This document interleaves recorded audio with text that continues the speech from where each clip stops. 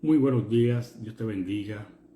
Te habla tu amigo, tu hermano Fran Rodríguez, desde el Ministerio Fran Rodríguez, desde la gran ciudad de Mesa, en el estado de Arizona, al suroeste de los Estados Unidos de Norteamérica.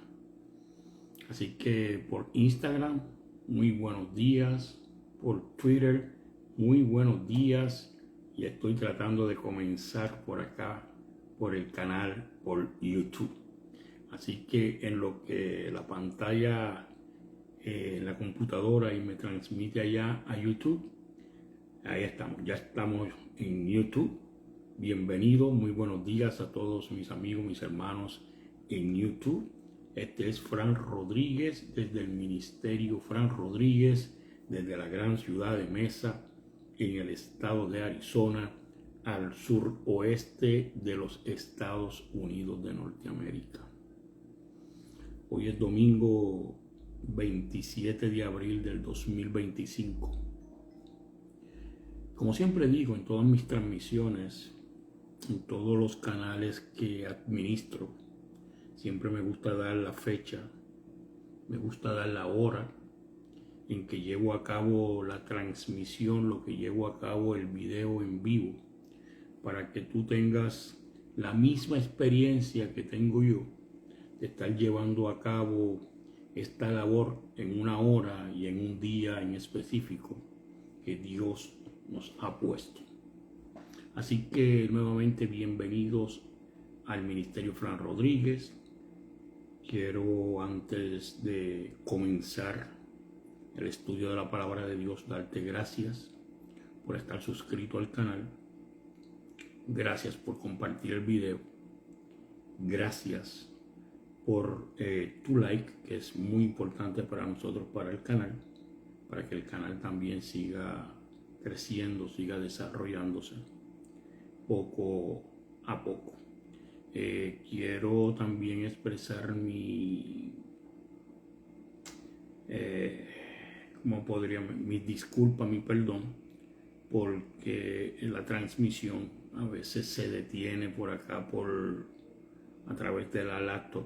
Estoy haciendo esta transmisión, estoy mirando la otra laptop y estaba detenido el video. Así que quiero que ustedes pues sepan que estas cosas suceden y que me están sucediendo mientras hago la transmisión, no por las aplicaciones de Instagram y Twitter, sino cuando hago la transmisión a través de YouTube o de Rumble, que en este día no estoy transmitiendo a través de Rumble. Y esto es debido a un problema que hay del internet aquí en la casa. Así que le pido disculpas a todos. Como siempre digo en este canal de Fran Rodríguez Ministry, nosotros somos un ministerio online. Somos un ministerio de proclamación y enseñanza de la palabra de Dios. No somos una iglesia online. Tampoco pretendemos serlo. Somos un ministerio de enseñanza de la palabra. Si usted asiste, se congrega en una iglesia que Dios lo ha puesto allá, pues mi invitación es que a usted siga asistiendo a la iglesia, siga congregándose en la iglesia, siga adorando a Dios en ese lugar donde el Señor lo puso, siga aprendiendo la palabra de Dios y siga o comience a servir a otros, a la iglesia, a Jesús, en nombre del nombre poderoso de Cristo Jesús. Si en el lugar donde se encuentra o se concentra, se reúne, no hay una escuela bíblica, no se llevan a cabo estudios bíblicos y usted quiere venir hasta aquí, hasta el canal, cuando llevamos a cabo una transmisión, usted es bienvenido. Si no tiene una iglesia o si se va a mudar de lugar y no conoce una iglesia de sana doctrina, de la verdadera enseñanza de la palabra de Dios, y quiere que le hagamos alguna recomendación, casi nunca hacemos eso, ¿verdad? Porque hay que conocer la iglesia, el lugar pero buscamos la manera de responderle esa inquietud. Así que nos puede dejar su mensaje ahí en el chat o nos puede escribir a través del email Frank Rodríguez Vázquez, Frank con K, Rodríguez con Z y Vázquez con Z y Z al final, @gmail.com, y buscaremos la manera de que así sea en el nombre poderoso de Cristo Jesús. En el día de hoy quiero compartir con ustedes una enseñanza que nos deja nuestro Señor Jesucristo y que está recogida en la Biblia, pero en especial la estoy trayendo del libro del evangelista Marcos, que sería el capítulo 10, versículo del 17 al 22. Quiero mantenerme en esos versículos que tratan sobre el conocido joven rico, que muchos de nosotros pues ya conocemos esta historia bíblica. Sin embargo, es importante releerla, reconocerla, extraerle los mensajes que Dios nos está dando en ella, pero en especial el mensaje que tiene que ver con la conducta del joven rico. En la vida de los cristianos y de los no cristianos, en muchas ocasiones permea la expresión "yo soy una persona buena". Y soy una persona buena porque me compadezco del otro, porque ayudo al otro, porque procuro no crearle problemas al otro, y siempre estoy disponible para brindarle mi ayuda y mi apoyo a otro. Busco no cometer faltas, delitos, pecados, no ofender, no provocar a ira a nadie. Me gusta escuchar a los demás. Trato de no imponer mis opiniones, sino que dejo que todos expongan las suyas, y busco la manera también de que se escuche la mía. Y así hay personas que se refieren a sí mismos y se definen como una persona buena. Cristianos que van toda la semana o cierta cantidad de días a la semana al lugar de adoración donde se reúnen para allí adorar a Dios o aprender la palabra de Dios, para allí orar. Cristianos que ofrendan, que diezman, que hacen misericordia, que asisten al enfermo, al pobre económicamente, al pobre espiritual, que participan en muchos de los servicios que lleva a cabo la congregación donde se reúnen. Ellos también se consideran unas personas buenas. Y realmente son personas buenas porque están dando el fruto del Espíritu del que hablaba Pablo a los Gálatas. Sin embargo, al igual que aquellas personas buenas que no son cristianos, hay cristianos buenos que todavía les falta o nos falta cumplir con todo lo que nos exige nuestro Señor Jesucristo. Y sobre ese tema, sobre esa falta que tenemos todos, es de la que quiero conversar, quiero dialogar o quiero darle un mensaje para que podamos entender cómo debe ser nuestra relación con Cristo. Sin embargo, antes de ir al libro de Marcos, al capítulo 10, versículos 17 al 22. Quiero que ustedes y yo podamos ver cómo se define la palabra bueno o ser bueno en los diccionarios. Como le dije anteriormente, comenzando el video, tengo problemas de transmisión con él y se va a estar deteniendo la transmisión a través de YouTube. Sin embargo, a través de Instagram y de Twitter espero que así no sea, porque me estoy viendo por ambos lugares y a través de ellos pues la transmisión está fluyendo. Y quiero compartir con ustedes cómo se define o cómo los diccionarios definen lo que es una persona buena. Vamos a ver si puedo compartir esto aquí con ustedes. Vamos a ver. Vamos a ver. Déjame ver por aquí para ver si ya apareció en pantalla. Ok, está ahí. Vamos a ver por aquí. Y nos dice que una buena persona es aquella que siempre desea lo mejor para los demás. ¿Ve? Y actúa en consecuencia. Él desea lo mejor para los demás y de esa manera actúa. Es una persona que reconoce a los demás como sus pares, los reconoce como iguales y los respeta. Y se caracteriza por su empatía. Tiene ese don de poder ponerse en la posición del otro. Siente compasión por las demás personas. Ante una situación, por ejemplo, de que una persona ha fallecido y él va a ver a otra persona a compadecerse del dolor de la otra persona que ha perdido un ser querido. Es una persona que brinda bondad,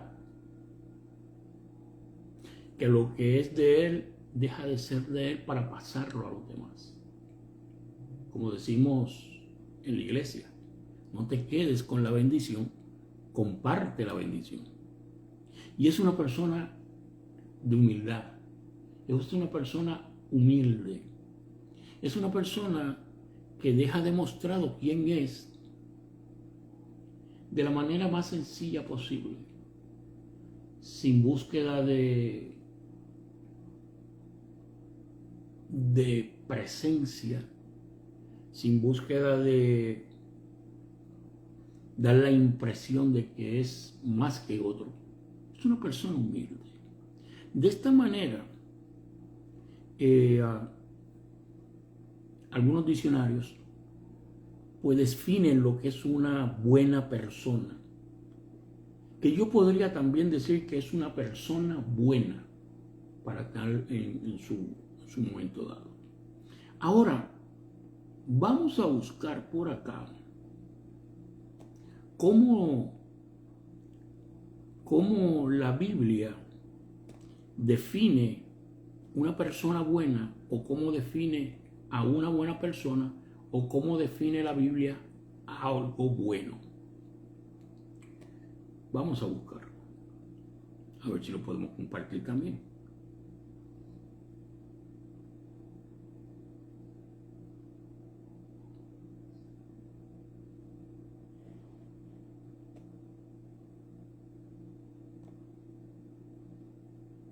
Está por aquí, creo que ya está llegando. Vamos a ver si podemos compartirlo, a ver si ya puede salir en pantalla de poco a poco. Bueno, creo que ya está ahí en la pantalla. La Biblia define bueno de esta manera. La Biblia nos enseña que ninguno es bueno. Ninguno es bueno.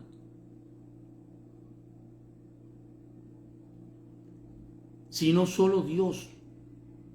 Está citado en Marcos capítulo 10, versículo 18, que es donde vamos a estar en breve. En Romanos capítulo 3, versículo 10, Pablo afirma que no hay justo ni aún uno.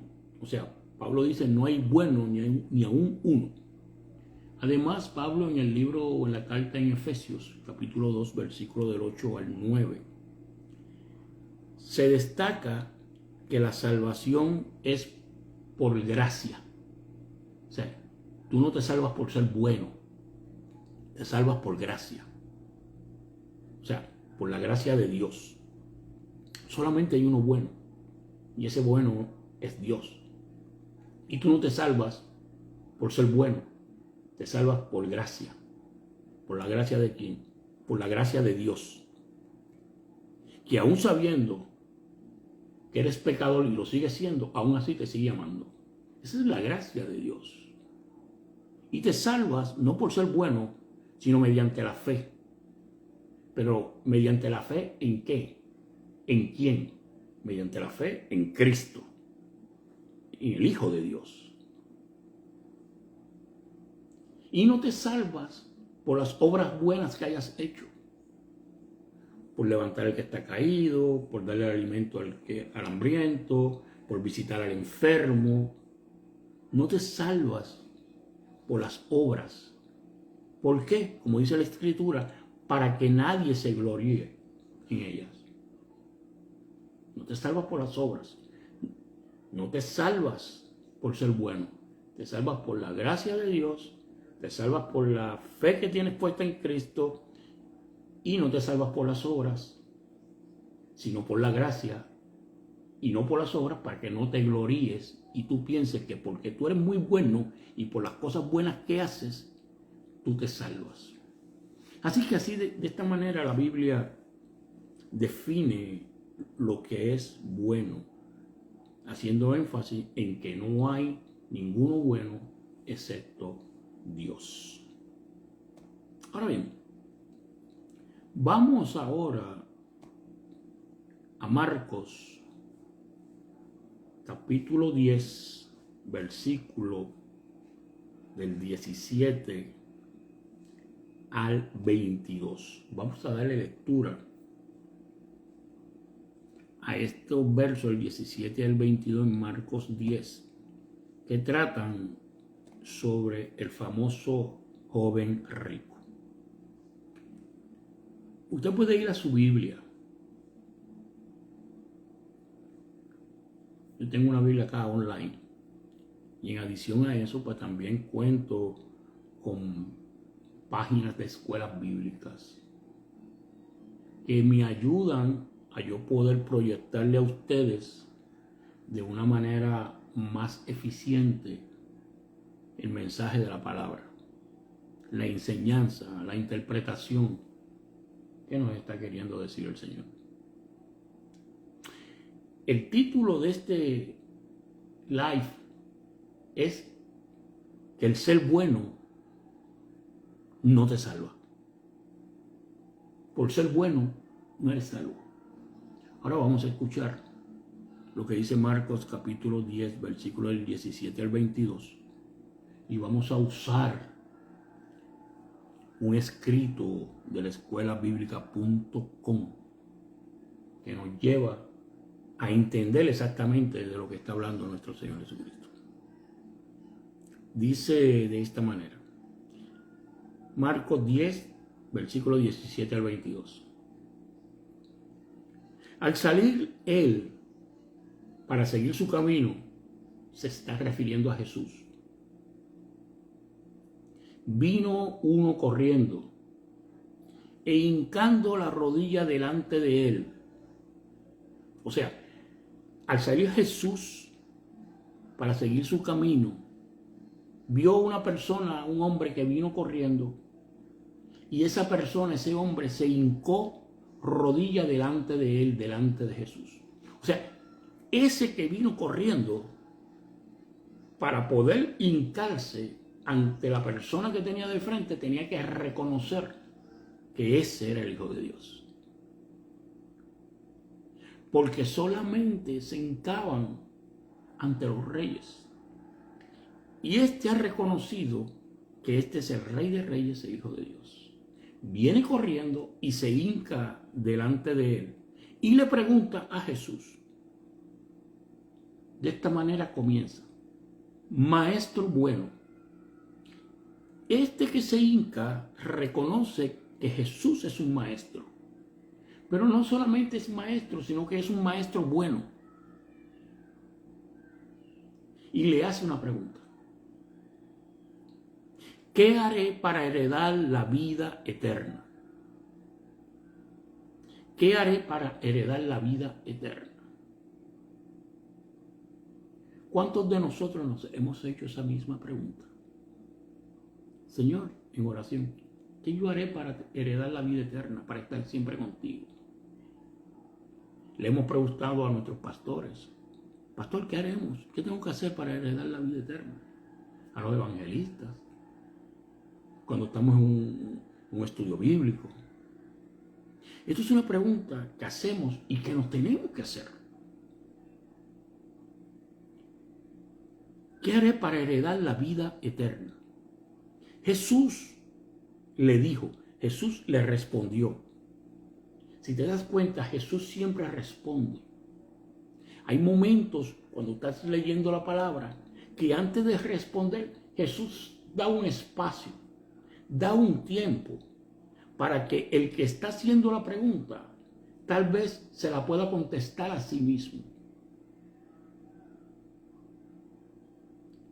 Jesús le dijo: ¿por qué me llamas bueno? El joven reconoció que con quien estaba hablando era una persona buena. Tal vez ¿por qué? Porque tenía conocimiento de milagros, tenía conocimiento de enseñanzas, tenía conocimiento de compasión de parte de Jesús ante situaciones distintas, y lo reconoció como una persona buena. Y Jesús le pregunta: ¿por qué me llamas bueno? O sea, es como: ¿sabes algo acerca de mí? ¿Conoces algo que yo he hecho? ¿Consideras que lo que yo he hecho, si ya lo sabes, es bueno para tu interpretación? ¿Por qué me llamas bueno? Y sigue Jesús diciéndole: ninguno hay bueno, ninguno. O sea, el mismo Jesús no se consideró en ese momento bueno. El hombre rico, joven, que se hinca ante él, lo reconoce como una persona buena. Y Jesús mismo no se considera bueno cuando contesta a la pregunta y a la expresión del joven. Jesús dice: no, ninguno es bueno, sino solo uno, Dios. O sea, Jesús le está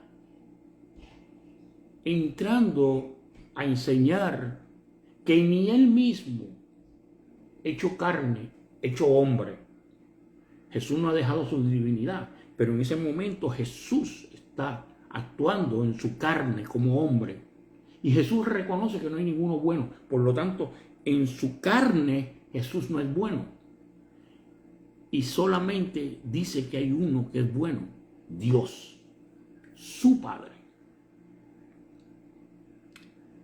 Los mandamientos, ¿sabes? No adulteres, no mates, no hurtes, no digas falso testimonio, no defraudes, honra a tu padre y a tu madre. Él entonces, respondiendo, le dijo a Jesús: Maestro, todo esto lo he guardado desde mi juventud. O sea, él no era un neófito. Él no era un principiante en la búsqueda de la palabra del Señor. Él no era un ateo. Para él no era desconocida la Escritura. Esta persona conocía la palabra del Antiguo Testamento, porque eso es lo que había en ese momento, el Antiguo Testamento. El Nuevo Testamento se está escribiendo en el momento que Jesús está viviendo. Pero el joven está respondiendo en base a la enseñanza y al aprendizaje de las escrituras del Antiguo Testamento. Y él conocía los mandamientos. Y le contesta a Jesús: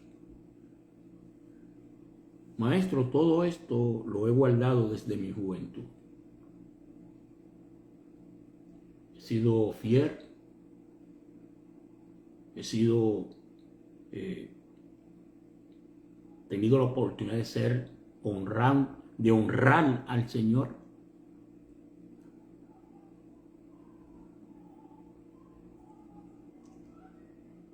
Entonces Jesús, mirándole, le amó.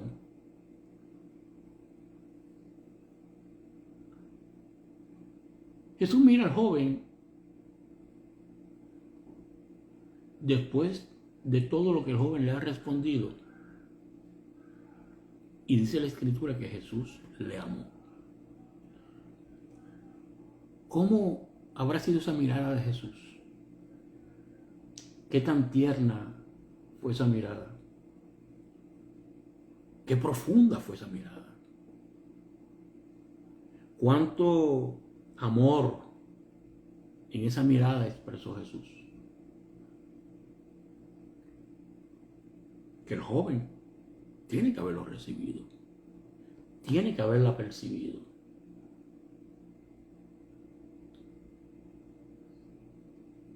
Entonces Jesús, mirándole, le amó y le dijo: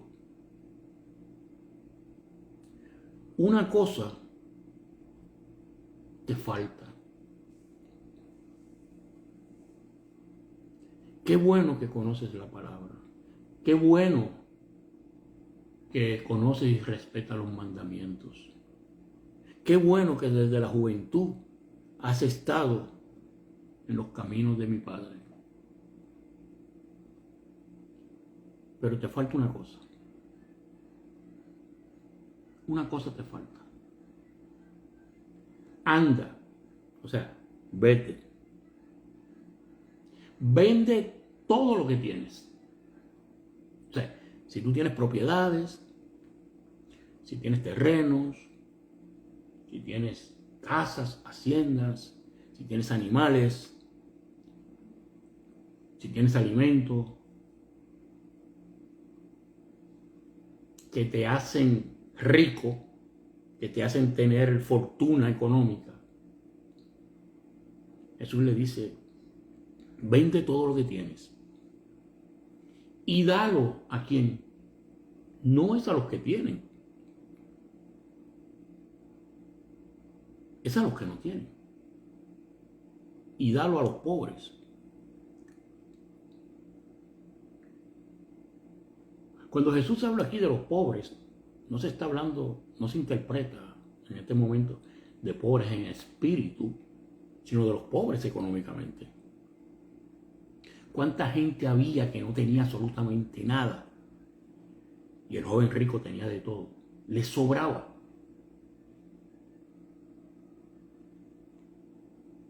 Y dalo a los pobres. Y tendrás tesoro en el cielo. Y ven, después que hagas eso es lo único que te falta hacer. Después que tú hagas eso, después que tú te desprendas de todo lo que tienes,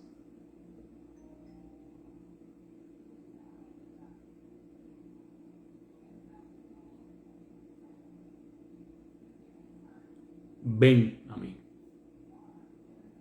y sígueme, tomando tu cruz.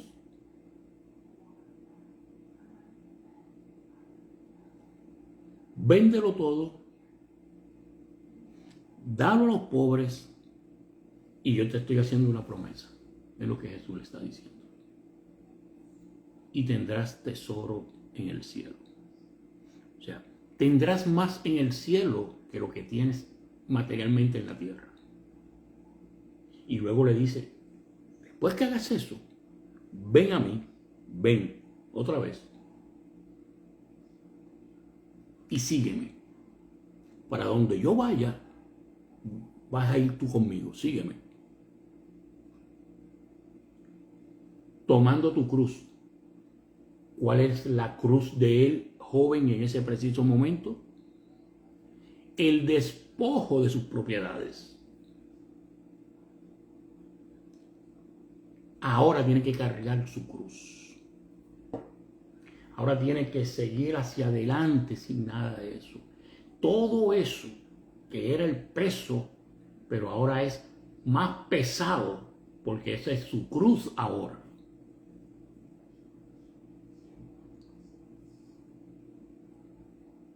Pero sigue la escritura diciendo, pero él, refiriéndose al joven, afligido por esta palabra, o sea, dolido, se sintió mal. Tal vez le dio pena, tal vez comenzó a llorar, tal vez comenzó a preguntarse, pero ¿por qué yo tengo que hacer eso? Si yo me he ganado todo lo que tengo, o lo que tengo me lo dejó mis padres, ¿por qué tengo que hacer esto? Para seguirte. Si yo he guardado la palabra de tu padre, yo he guardado los mandamientos, yo he sido una persona fiel, yo he sido una persona buena, ¿por qué tengo que hacer eso?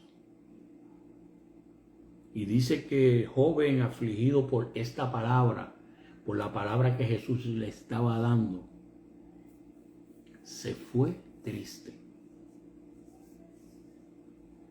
Se fue triste.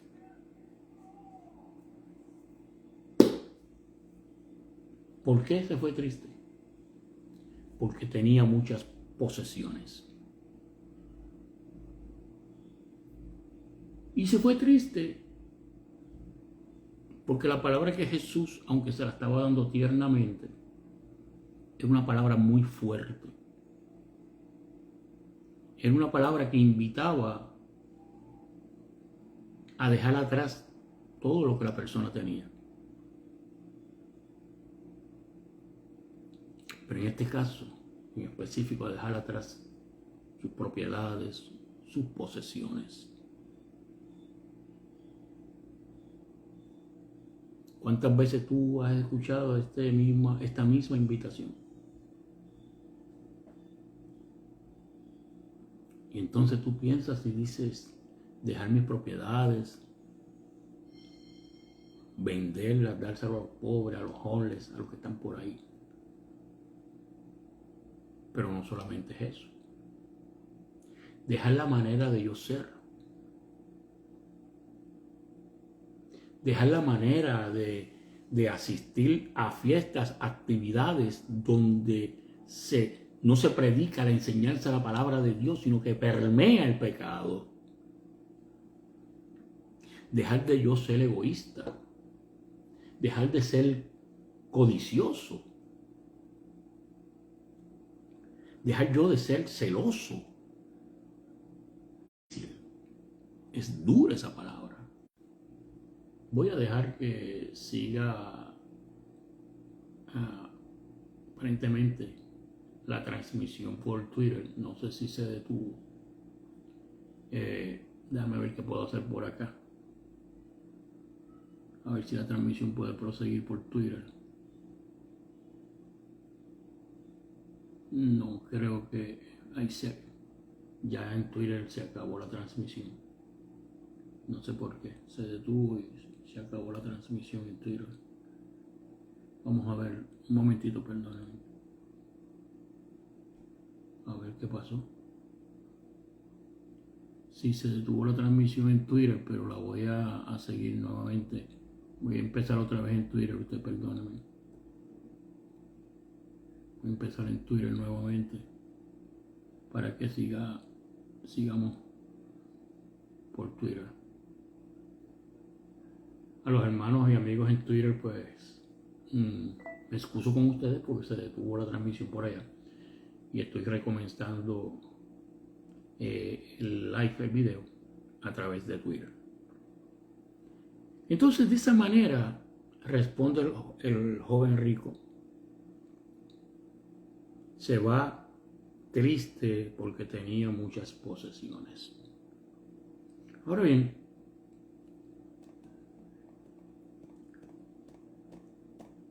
ahora voy a pasar a este escrito, este artículo que me brinda la escuelabiblica.com. Si usted quiere saber algo sobre este estudio, vaya a www.escuelabiblica.com y ahí lo va a conseguir. Así que vamos a proseguir. En el pasaje anterior dice, estuvimos considerando la afirmación del Señor Jesucristo cuando dijo que el que no reciba el reino de Dios como un niño no entrará en él. Eso fue en Marcos capítulo 10, versículo 15, o sea, 2 versículos antes del que yo he comenzado. Como ya dijimos, las cualidades por las que Jesús puso de ejemplo a los niños eran principalmente la confianza y la dependencia. En el texto que vamos a estudiar ahora, nos encontramos en el extremo opuesto. Aquí vamos a ver a un hombre joven que confiaba en sí mismo y en sus propios recursos, razón por la que rechazó a Cristo. Comencemos por considerar qué sabemos del joven que se acercó a Jesús.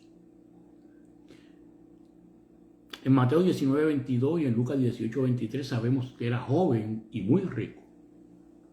En Lucas 18:18 dice que era un hombre principal, lo que quiere decir que pertenecía a una familia noble y distinguida. En Marcos 10, del 19 al 20, vemos que llevaba una vida moral ejemplar. En Marcos 10:21 quizás podemos deducir que era simpático y agradable, ya que el Señor, mirándole, le amó. A primera vista, había mucho en el hombre que prometía. Vino corriendo a donde estaba Jesús y se arrodilló ante él, manifestando un comportamiento inusual para un hombre de su categoría. Además, todo parece indicar que consideraba a Jesús como alguien importante que le podía guiar espiritualmente.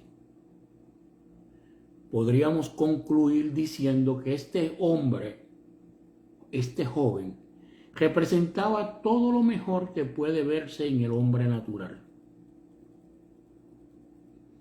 Ahora bien, la expresión maestro bueno, ¿qué haré para heredar la vida eterna? Esa expresión del joven a Jesús. Esto es un anhelo del joven.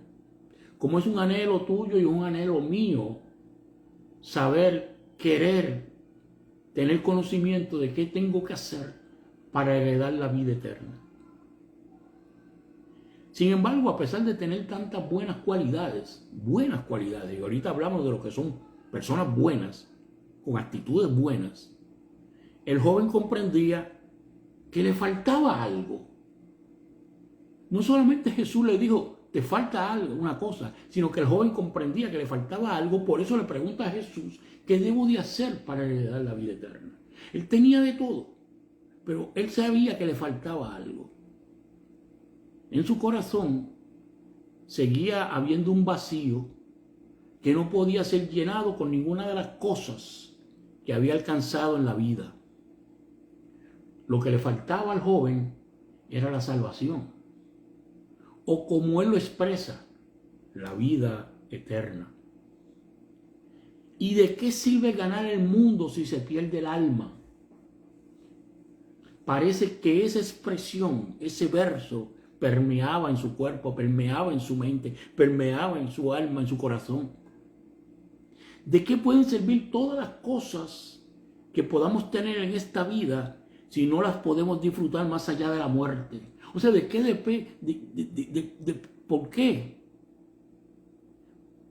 ¿Por qué? ¿Qué nos va a servir todo lo que tenemos, nuestras posesiones, nuestras propiedades, si no podemos disfrutarla más allá de la muerte? Tal vez esto era lo que permeaba en la mente del joven. Por eso viene y le hace la pregunta a Jesús: ¿qué tengo que hacer para heredar la vida eterna? Como dice el artículo, ¿qué tengo que hacer para obtener la salvación? La vida es tan corta y este joven anhelaba perpetuar su estado más allá de la muerte. ¿Quién de ustedes, quién de nosotros no quisiera nunca morir? Y si morimos físicamente como estamos destinados a hacer desde el inicio del pecado por parte de Adán y Eva, ¿pero qué podemos hacer para después de esa muerte física tener una vida eterna? Aparentemente el hombre era sincero en su pregunta a Jesús y también daba la impresión de que deseaba intensamente lo que le estaba pidiendo o lo que estaba pidiéndole. Nosotros diríamos que estaba a punto de convertirse, de pasar de una persona no totalmente sierva del Señor a hacerlo, a convertirse. Segundo, ¿qué concepto este joven tenía de la vida eterna? ¿Qué concepto tienes tú de la vida eterna? Este hombre era un judío, conocedor del Antiguo Testamento. Así comencé diciéndoles, él conocía la Escritura, él conocía el Antiguo Testamento. Por lo tanto, su concepto de la vida eterna lo habría formado a partir de él, o sea, del Antiguo Testamento. Pero lo cierto es que en comparación con el Nuevo Testamento, en el Antiguo no era mucho lo que se decía acerca de la vida eterna. Por lo tanto, a él le faltaba ese conocimiento. Tal vez uno de los pasajes más claros y que este hombre seguro que conocía bien, lo encontramos en el libro del profeta Daniel. En Daniel capítulo 12, versículo 2 dice de esta manera: y muchos de los que duermen en el polvo de la tierra serán despertados, unos para vida eterna y otros para vergüenza y confusión perpetua. Tal vez este era el pasaje que permeaba su mente y su corazón, que él quería ser despertado, ser uno de esos que fuesen a ser despertados después de la muerte física para vida eterna. Para los judíos del tiempo de Jesús, que creían en la vida eterna, esta se asociaba con la resurrección de los muertos. O sea, que lo más seguro, este joven creía en la resurrección de los muertos. Que lo más seguro, la Escritura no habla de esto, pero lo más seguro que este joven, cuando Jesús resucitó, creyó que era Jesús, porque él creía en la resurrección de los muertos. Y como veremos más adelante, lo que este hombre deseaba era poder seguir disfrutando en la resurrección de lo que poseía en esta vida. Sigan el hilo. Este era el mismo concepto que los fariseos tenían de la resurrección. Para ellos, la nueva vida de resurrección sería la perpetuación de la actual. O sea, que en la resurrección, los judíos, los fariseos, y podemos tener una idea de que este joven también era así, a través de Instagram.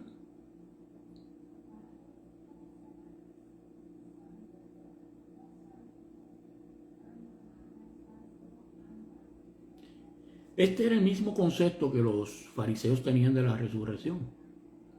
Para ellos, la nueva vida de resurrección sería la perpetuación de la actual, según Marcos capítulo 12, versículos del 18 al 27. Claro está, este concepto podía ser atractivo para un joven rico y bien posicionado socialmente, pero sería trágico para una persona que tuviera una enfermedad grave o fuera pobre y viejo. Pero podemos respirar tranquilos, porque como el mismo Señor explicó más adelante, la resurrección establecerá un nuevo orden en todos los niveles de la vida. Así que aquellos que ven la resurrección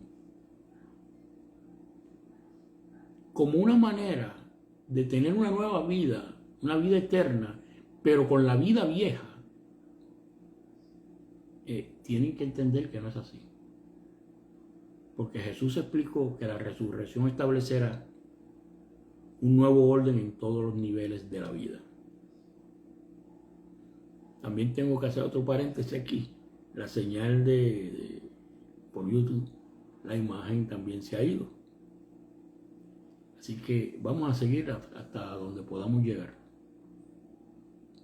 Lo que parecía evidente es que para este hombre lo más importante de ese mundo venidero era lo que pudiera llevarse de este. ¿Qué concepto tan mezquino, dice el artículo, de la vida eterna? El Señor tendría que corregir este grave error y mostrarle en qué consistía realmente la vida eterna. En Juan capítulo 17, versículo 3, dice: y esta es la vida eterna, que te conozcan a ti, el único Dios verdadero, y a Jesucristo, a quien has enviado. Ahora bien, ¿cómo pensaba que podía obtener la salvación este joven? Aunque no podemos dudar de la sinceridad y el genuino anhelo de salvación de este joven, estos no son suficientes para alcanzar la salvación. En realidad, a pesar de su sinceridad, había determinados puntos fundamentales en los que estaba peligrosamente equivocado el joven. Por ejemplo, comencemos por observar cómo pensaba que podría conseguir la salvación. Por la manera en que formuló su pregunta, resultaba evidente que él creía que podía alcanzarla por sus propios esfuerzos. ¿Qué haré?, preguntó. Tal vez pensaba que tenía que hacer un último esfuerzo que tenía que hacer alguna obra especial que le diera el empujón final para entrar en la salvación. Sin embargo, él no tenía la seguridad de la vida eterna. Lo cierto es que sí pidió al Señor información para heredar la vida eterna, es porque no tenía ninguna certeza de que fuera a disfrutarla después de su muerte. Y esta es siempre la inseguridad que acompaña durante toda su vida a aquellos que creen que la salvación depende de sus buenas obras. Nunca saben si han hecho las suficientes y si han sido de la calidad necesaria para recibir la salvación. Por eso la duda nunca desaparece. Como veremos más adelante, el joven pensaba que había cumplido todos los mandamientos, pero sin embargo se sentía perturbado, sin paz en el corazón y lleno de ansiedad. De allí la pregunta: ¿qué más me falta? Cuando Jesús le hace la pregunta: ¿por qué me llamas bueno? Ninguno hay bueno sino solo uno, Dios. Como hemos dicho, este joven estaba gravemente equivocado en cuanto a su concepto sobre la vida eterna y la forma de alcanzarla. Pero tampoco entendía quién era Jesús. Así que el Señor se ocupa inmediatamente de aclararle ambos conceptos. Primero, Jesús aclara el concepto que tenía de él, del Señor. El joven se había dirigido a Jesús llamándole maestro bueno, y tal vez esperaba que el Señor se sintiera honrado por esta forma de tratarle, pero el hecho es que no fue así. ¿Sabe por qué? Fundamentalmente no porque Jesús no fuera bueno o no fuera maestro, sino porque el joven no estaba entendiendo lo que estaba diciendo realmente. Era evidente que tenía un concepto elevado de Jesús, igual que mucha gente de nuestro tiempo. Pero esto es completamente insuficiente sino hace justicia a todo lo que Él es en realidad. El Señor Jesús empezó por analizar la forma en la que el joven usaba el término bueno. Para ello, hizo la siguiente afirmación Jesús: ninguno hay bueno, sino solo uno, Dios. De aquí se desprenden dos conclusiones fundamentales. Primera, la primera deducción lógica es que el joven no era bueno. Por mucho que se esforzara, nunca lo iba a hacer. Solo Dios es bueno. Y queda otra cuestión, quizás la más importante. ¿Era Jesús bueno? Con el propósito de hacer cumplido a Jesús, pero no porque pensara realmente que Él era Dios encarnado. Y de la falta de una comprensión adecuada de quién era Jesús, surgen después las otras dificultades del joven. Por ejemplo, el mandato que Jesús le hizo más tarde para que vendiera todo lo que tenía para dárselo a los pobres no tendría la misma fuerza ni autoridad si el que se lo mandaba era simplemente un maestro o si era el mismo Dios. El error del joven es muy común en nuestros días. Muchas personas ven a Jesús como alguien distinguido y bueno y piensan que por esa razón el Señor se siente satisfecho y halagado, pero esto no es así. Mientras no reconocemos todo lo que es Jesús, le estaremos menospreciando. Segundo, él tenía que ser aclarado el concepto que tenía de sí mismo, el joven. La segunda cosa en la que también estaba equivocado este joven era en el concepto que tenía de sí mismo. Como hemos dicho al principio, el joven creía que podía ganar la vida eterna haciendo algo más. O sea, haciendo algo bueno, algo más bueno. En el fondo se creía bueno y pensaba que estaba a la altura de lo que Dios demandaba o demanda del hombre. Por eso el Señor tuvo que recurrir a la ley para que actuara como un espejo en el que se pudiera mirar y ver su pecado. Los mandamientos, ¿sabes? El Señor citó varios mandamientos que trataban principalmente de nuestras relaciones con nuestros semejantes. A quien veía, indudablemente, hubiera cumplido los mandamientos de la ley de Dios en relación a su prójimo y a Dios. Para eso tendríamos que admitir que Él también era bueno y el Señor ya había dejado claro que solo Dios es bueno. Seguramente el joven había hecho lo que hacen muchos otros, rebajar las exigencias de la ley de Dios hasta el punto en que fuera capaz de cumplirlas.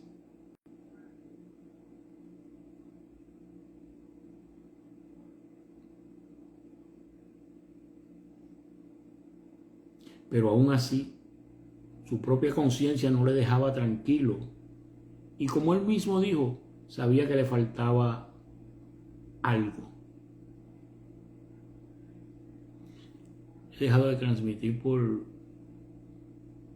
YouTube porque hay problemas de conexión con el internet. Vamos a seguir.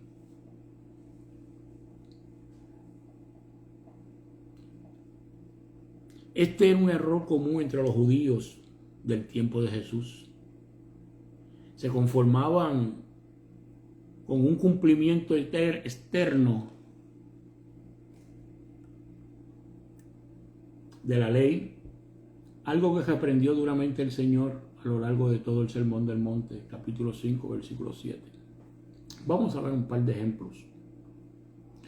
En Mateo capítulo 5, versículo 21 al 22, dice: oísteis que fue dicho a los antiguos, no matarás, y cualquiera que matare será culpable de juicio. Pero yo os digo que cualquiera que se enoje contra su hermano será culpable de juicio, y cualquiera que diga necio a su hermano será culpable ante el concilio, y cualquiera que le diga fatuo quedará expuesto al infierno de fuego. En Mateo 5, 27 al 28 dice: oísteis que fue dicho, no cometerás adulterio, pero yo os digo que cualquiera que mira a una mujer para codiciarla ya adulteró con ella en su corazón.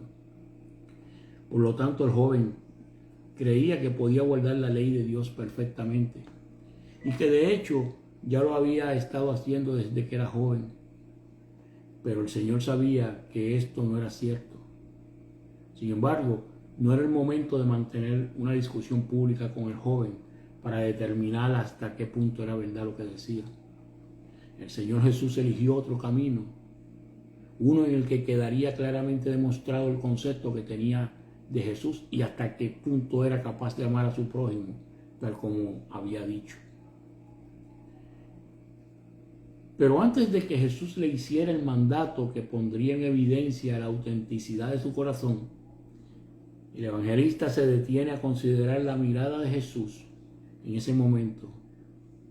Entonces Jesús, mirándole, le amó. ¿Cuál era el significado de esta mirada? Era una mirada de amor. Este detalle es muy importante porque lo que luego le iba a mandar Jesús a hacer, a pesar de lo duro que le podía resultar y parecer, era fruto del amor de Dios. También había mucho de compasión por aquel joven en el que veía una extraña mezcla de fervor e ignorancia. ¿Cuánto le faltaba al joven para tener la vida eterna? Finalmente, el Señor contestó a la pregunta del joven diciéndole lo que le faltaba para heredar la vida eterna. Una cosa te falta: vende todo lo que tienes y dalo a los pobres. Tal vez podemos pensar que el Señor no vio nada tan mal al joven. Después de todo, solo le dijo que le faltaba una cosa. ¿Cuántas cosas nos faltan a nosotros? ¿Te faltan a ti? ¿Cuántas cosas me faltan a mí? ¿Verdad que sí? Pero no era esta la cuestión. Al joven le faltaba una sola cosa, precisamente la única que es necesaria para tener la salvación. En Hechos capítulo 16, versículos 30 al 31, dice: señores, ¿qué debo hacer para ser salvo? Ellos dijeron: cree en el Señor Jesucristo y serás salvo. Cuando llega el momento de la verdad, el Señor le estaba llevando hasta una encrucijada. ¿Creería en Él y le obedecería? Por supuesto, se trataba de creer en Cristo como Dios. Porque ¿quién más tendría autoridad para mandar a otra persona algo semejante a lo que Jesús le estaba mandando a este joven? Vende todas tus posesiones, dáselo a los pobres. Ven y sígueme. Y también había llegado el momento cuando tendría la oportunidad de demostrar cuánto amaba realmente a su prójimo. ¿Amas realmente a tu prójimo? Déjame verlo si vendes todas tus posesiones y se lo das a los pobres. O tal vez amaba más a sus riquezas. Ahora bien, este mandamiento de ve y dáselo, vende y dale todo a los pobres, ¿para quién es este mandamiento? Si así fuera, lo primero que tendríamos que resolver es quién entra dentro de la categoría de rico, y esto parece muy difícil de determinar, ya que a veces hablamos incluso de países ricos y países pobres. Y puesto que no encontramos un mandamiento general en la palabra de Dios a todas las personas ricas a que hagan lo mismo, creemos que se trataba de algo específico para este joven, que le serviría para ver con claridad lo que realmente había en su corazón. Además, sabemos que hubo algunos creyentes que fueron muy ricos y Dios nunca les mandó que vendieran sus posesiones para darlas a los pobres. Como por ejemplo Isaac en Génesis capítulo 26, versículo 13. Y también su padre Abraham. Dicho esto, no debemos olvidar, sin embargo, que el principio que encontramos aquí es de valor permanente para todos. Cuando las riquezas llegan a ser un impedimento para seguir al Señor, será preciso deshacerse de ellas, de la misma manera que cortamos una mano o un pie, cuando lo leemos de esa manera en Marcos 9, del 43 al 48. Y por supuesto, nunca debemos considerar que lo que tenemos es nuestro, sino que somos administradores de los bienes de Dios y que debemos utilizarlos siempre para su gloria.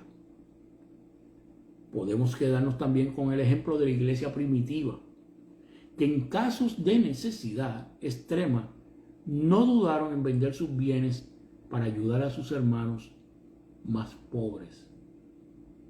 Dice Hechos capítulo 2, versículo 44-45 y capítulo 4 del 34 al 37. Ahora bien, si el joven hubiese vendido todas sus posesiones, ¿se habría salvado? Buena pregunta. Si tú vendes todas tus posesiones, tendrás la seguridad de que te has salvado.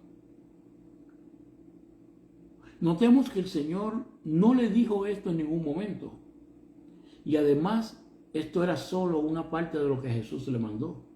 Porque no olvidemos que a continuación Jesús añadió: ven, sígueme tomando tu cruz.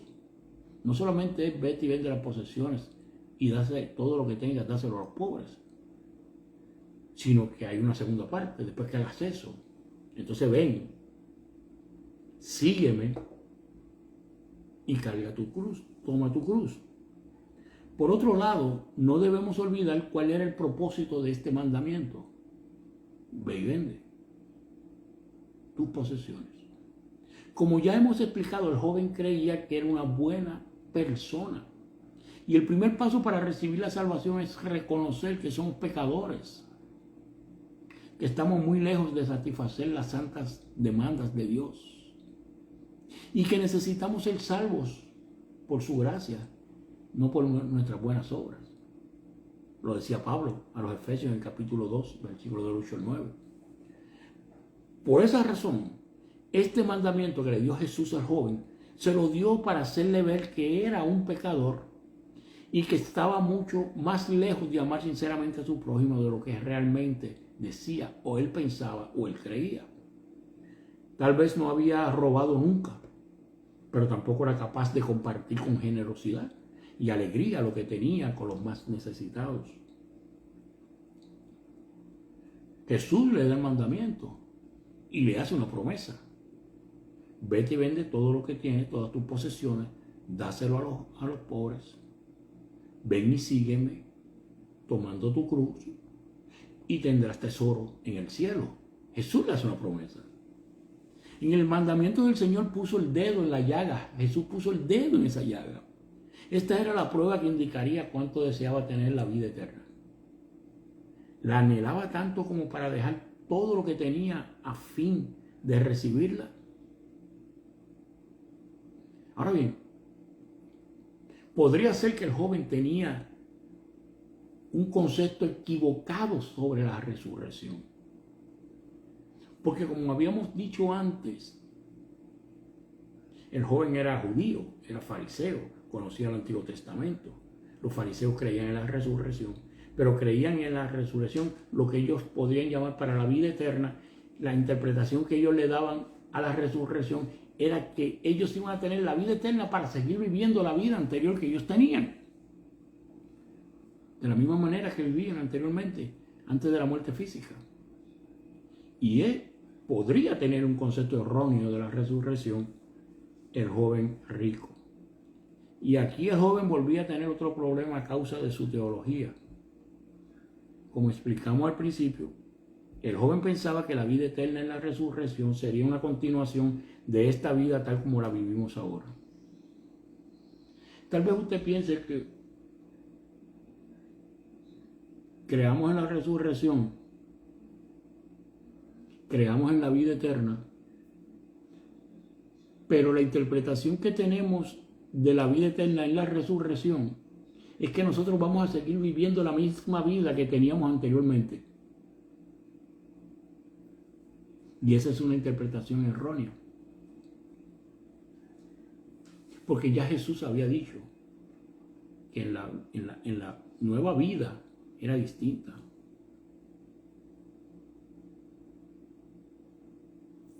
En ese caso sí se desprendía de todo lo que tenía aquí, llegaría a la vida eterna sin nada. Y eso no era algo en lo que él estaba pensando.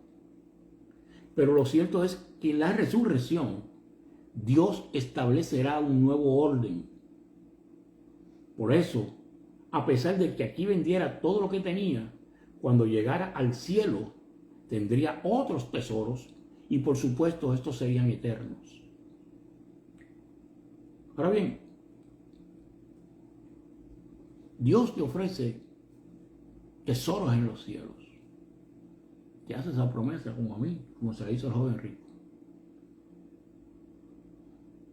Y el joven rico le hizo la promesa después de haberle dado ese mandamiento de ve y vende todo lo que tienes, todas tus posesiones.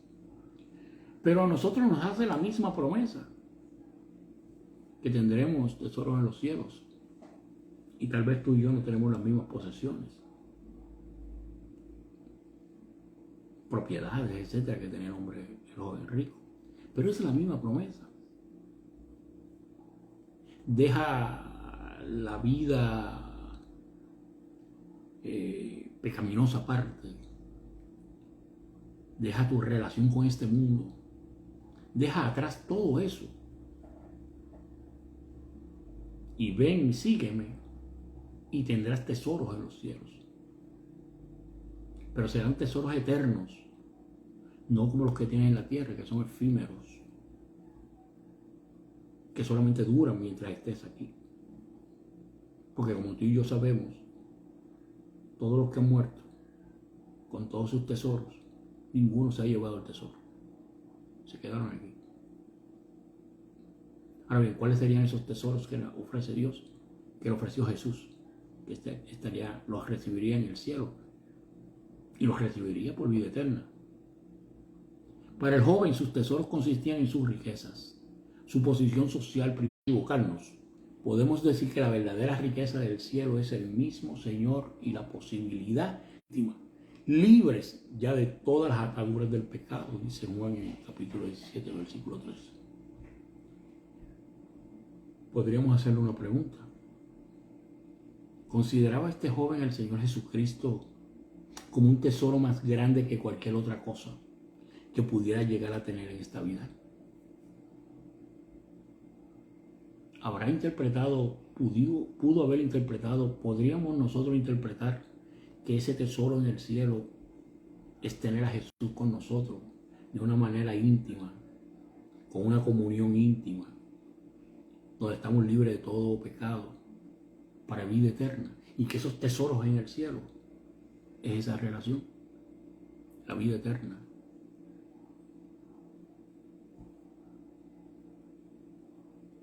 Aquí está la clave del asunto, mis hermanos. Muchos predican el evangelio metiendo miedo a las personas con el infierno. Y por supuesto que se trata de una terrible realidad, pero nadie va al cielo porque tiene miedo al infierno, sino por amor al Señor, porque queremos unir nuestras vidas a la suya y queremos pasar la eternidad con Él.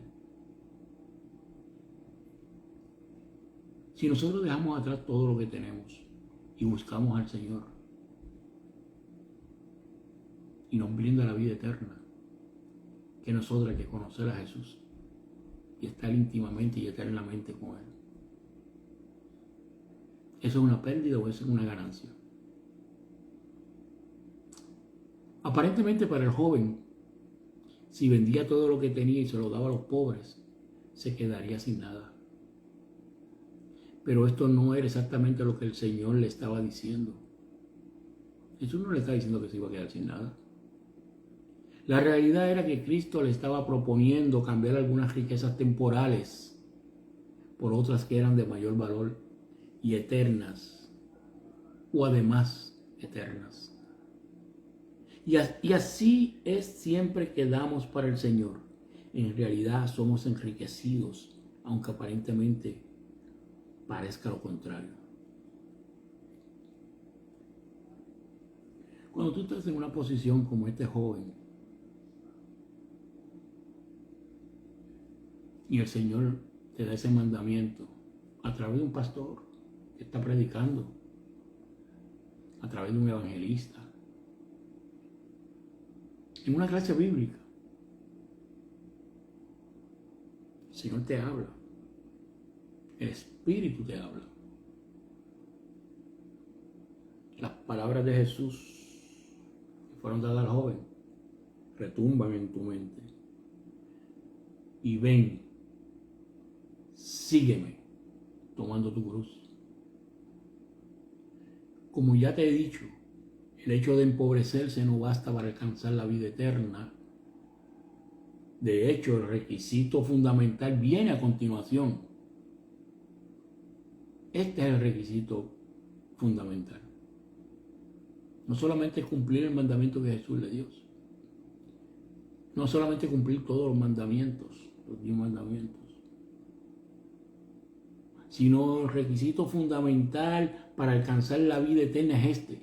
Ven y sígueme, tomando tu cruz.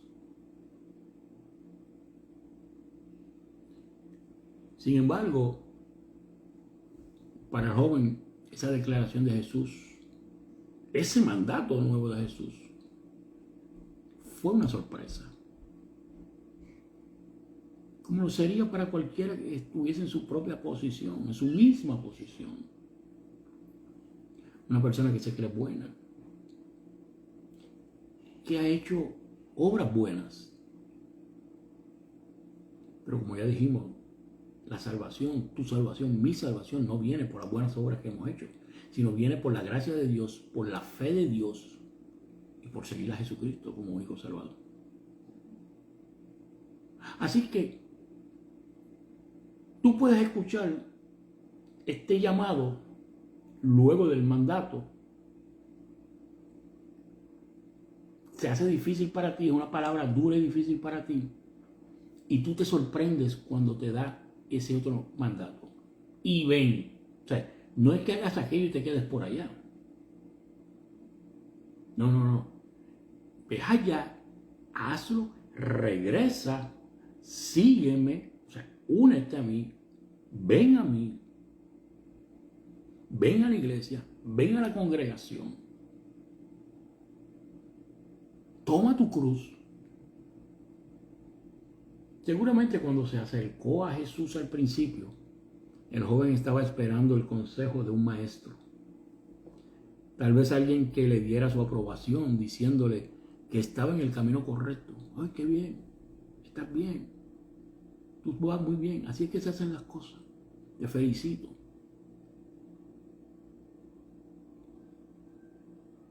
Y que no se debía preocupar en exceso. Pero lejos de recibir un consejo, lo que Jesús le dio fue un mandato. Toma tu cruz. El joven había planteado su salvación pensando en añadir buenas obras y méritos a su vida. Pero el Señor le indicó que lo que tenía que hacer era quitar, no añadir, quitar. Por el momento le había mostrado que sus posesiones materiales eran un obstáculo para que pudiera recibir la vida eterna. Y que, por lo tanto, debía deshacerse de ellas. Pero esto no era todo lo que debía quitar. Tal como a continuación le explicó Jesús. Toma tu cruz. ¿Qué significa el hecho de tomar tu cruz? ¿Qué significa el hecho de que Fran Rodríguez tome su cruz? Que tú tomes tu cruz y sigas a Jesús. ¿Qué significado puede tener? Ya hemos notado que el Señor estaba de camino a la cruz. En 3 ocasiones diferentes les dijo a sus discípulos que se dirigía a Jerusalén, en donde iba a morir. Lo puedes ver en Mateo, en Marcos 8:31, en Marcos 9 del 30 al 31 y en Marcos 10 del 32 al 34. Así que la primera conclusión es que para seguir a Jesús, lo primero que tendría que hacer sería identificarse con su cruz. No se puede ser un seguidor de Cristo y avergonzarse de su cruz. Decía Pablo, no me avergüenzo del Evangelio. No me avergüenzo de Cristo. No me avergüenzo de su palabra. No me avergüenzo de su fe. No me avergüenzo de su muerte en la cruz. Pero en segundo lugar, no solo era cuestión de identificarse con la cruz de Cristo, sino que era necesario también que el hombre tomara su propia cruz.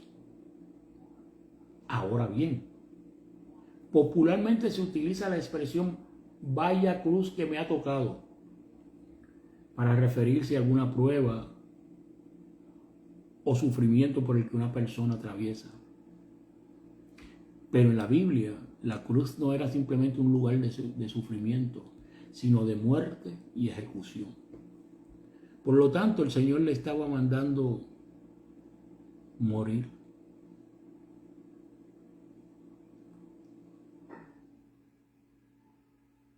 Probablemente nos asusta este lenguaje. ¿Acaso Jesús le estaba mandando al joven que le acompañara a Jerusalén para que muriera junto a él en la cruz? No, no era esto. Lo que le quería decir es que si quería ser un seguidor suyo, tenía que morir, pero no físicamente. Se trataba de dar muerte a aquello que hay en nosotros que ofende y desgrada a Dios. Pablo hablaba de considerarnos muertos al pecado en Romanos capítulo 6, versículo 11. Y no olvidemos que esto no era algo que solo tenía que hacer este joven, sino que es el requisito para todo aquel que quiera ser un auténtico cristiano. Marcos 8:34 dice, y llamando a la gente y a sus discípulos, les dijo, si alguno quiere venir en pos de mí, niéguese a sí mismo y tome su cruz y sígame. Este tuvo que ser un momento especialmente duro para aquel joven, como podría serlo para ti, podría serlo para mí, si fuéramos nosotros quienes estuviésemos en esa posición en este preciso momento. Por un lado, él no se veía a sí mismo como una persona tan mala. El joven no se veía como una persona tan mala a sí mismo. Alguien que tuviera que morir a sí mismo. Y por otro lado, el concepto que tenía de Jesús no era tan elevado como para obedecerle en algo que en tal caso solo Dios podía mandarle. Entonces, ¿qué haría?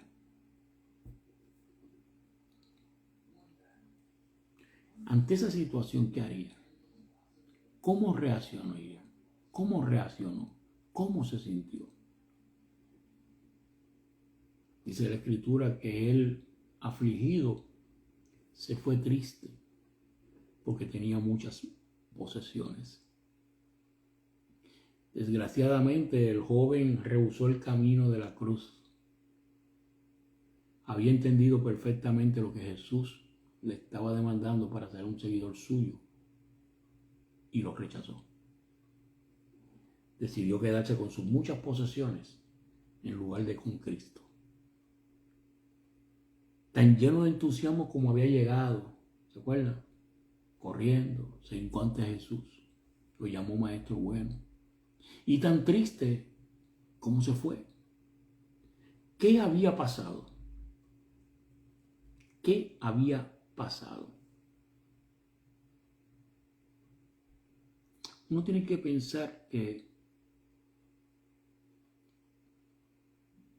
uno tiene que elegir entre lo bueno y lo malo. Uno tiene que elegir entre lo que agrada a Dios y lo que lo desagrada. Uno tiene que elegir entre lo que Dios quiere que uno haga y lo que uno quiere hacer. Y si uno quiere tener una relación con Cristo y tener una vida íntima con Cristo y una vida eterna con Cristo, uno tiene que elegir entre dos cosas. Y perdonándome una expresión que voy a hacer, que utilizo mucho en mis otros canales. En Puerto Rico hay una expresión que dice, una cosa es una cosa y otra cosa es otra cosa. Usted tiene que elegir entre las dos cosas. Pero no se pueden tener las dos. Tal vez el joven había llegado con la seguridad de que podría ser un discípulo de Jesús, al mismo tiempo que vivía su propia vida. Y el Señor le dijo que esto no es posible, que debería elegir entre las dos opciones. No se puede servir a dos señores. Seguir a Jesús es incompatible con tener otros dioses o ídolos. Cristo exige lealtad absoluta. Tú no puedes, dice la Escritura, que no puedes seguir a dos señores a la vez, porque a uno aceptarás y al otro rechazarás. Por lo tanto, tú no puedes estar siguiendo a las posesiones y a Cristo. Tú tienes que elegir. Tienes que decidir. Cristo, entonces, exige lealtad absoluta.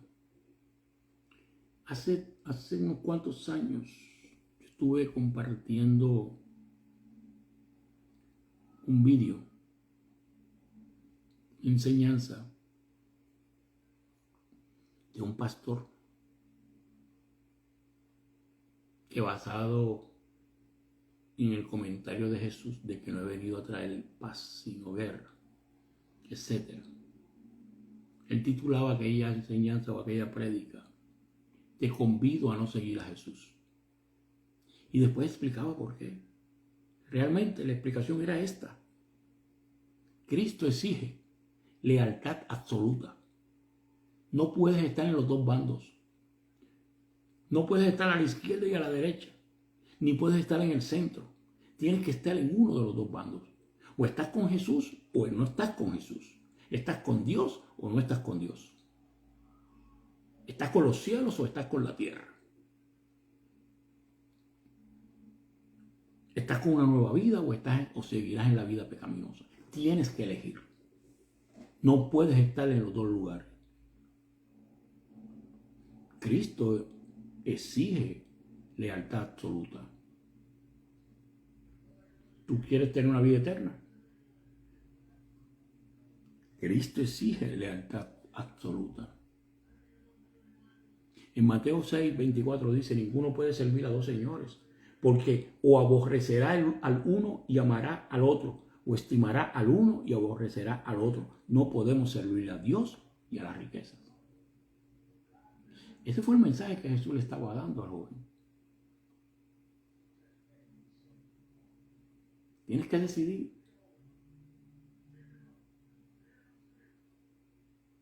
O sirves a Dios, o me sirves a mí, o le sirves a tus riquezas, o le sirves a tus posesiones. O cargas la cruz y me sigues, y tendrás riquezas, tendrás tesoros eternos en los cielos. O te quedas en tu vida terrenal y sigues con tus posesiones temporales.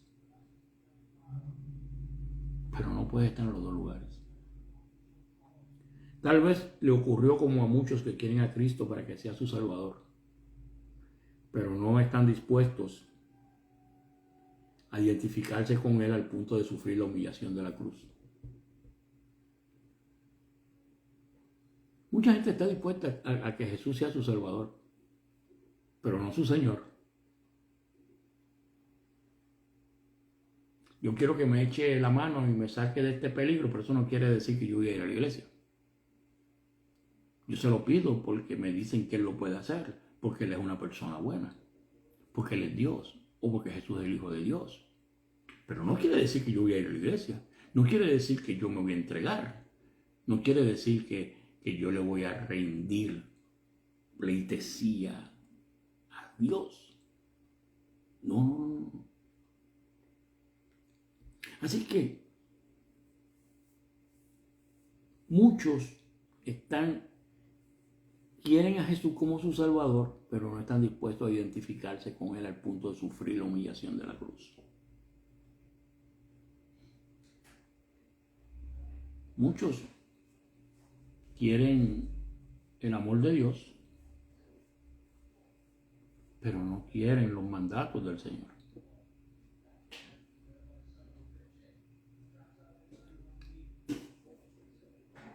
Tal vez será como muchos que están dispuestos a aceptar que Cristo fue a la cruz por sus pecados, pero de ninguna manera están dispuestos a morir ellos mismos a sus propios pecados. No quieren aceptar que debe haber un arrepentimiento sincero antes de que puedan ser recibidos por Dios y salvados por su gracia. Tal vez era uno más de los que dicen confiar en Cristo para su salvación, pero al mismo tiempo creen que son buenas personas y que pueden hacer algo para salvarse por sí mismos.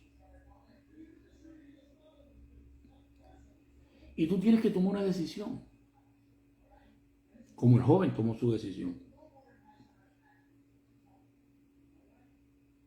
Y la decisión de joven fue triste. Fue una triste decisión. Al igual que esta triste decisión que tomó el joven, muchos de nosotros también hemos tomado el mismo tipo de decisión. Muchos lo siguen tomando. Muchos lo seguirán tomando. La semilla de la palabra había caído en su corazón, pero el engaño de las riquezas la habían ahogado, dice Marcos capítulo 4, versículo 19. Desgraciadamente, su elección fue la misma que millones de personas de nuestros tiempos hacen todos los días. Había rechazado a Jesús para quedarse con sus riquezas. Eso era lo que él quería. Sin embargo, no le produjo ninguna alegría. De hecho, se fue triste. Una tristeza que no era sino un anticipo de la terrible angustia que le acompañaría toda la eternidad. Finalmente, nos preguntamos si era cierto que él tenía muchas posesiones o si por el contrario las posesiones le tenían a él. Lo cierto es que cuando una persona no viene a Cristo, acabará siendo un esclavo de sus propias pasiones, sean estas las que sean. Marcos capítulo 10, versículo 17 al 22.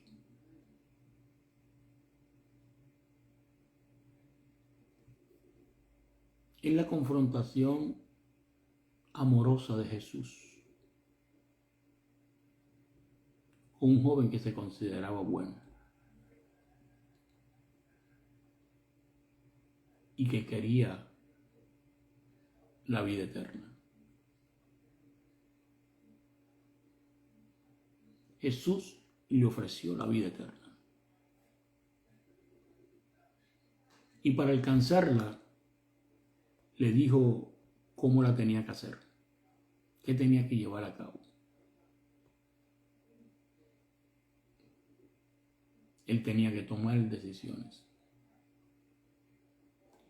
Y una de esas decisiones era dejar atrás sus posesiones, su manera de vivir y venir a Jesús, seguirlo y tomar su cruz.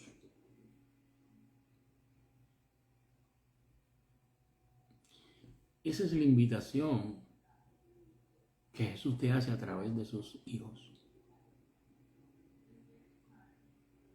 Y tienes que tomar una decisión.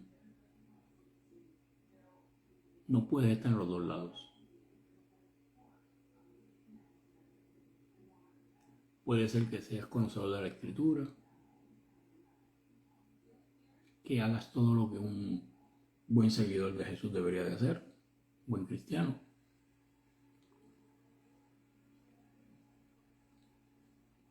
Pero las buenas obras no te van a salvar.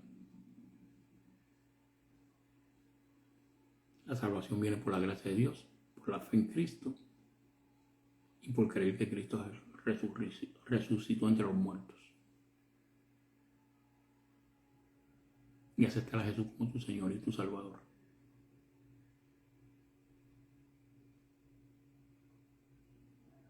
Esa es la invitación.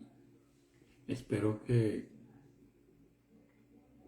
con las dificultades que hemos tenido, que yo he tenido durante la mañana de hoy, para poder transmitir en vivo esta enseñanza del joven rico, Marcos 10, del 17 al 22.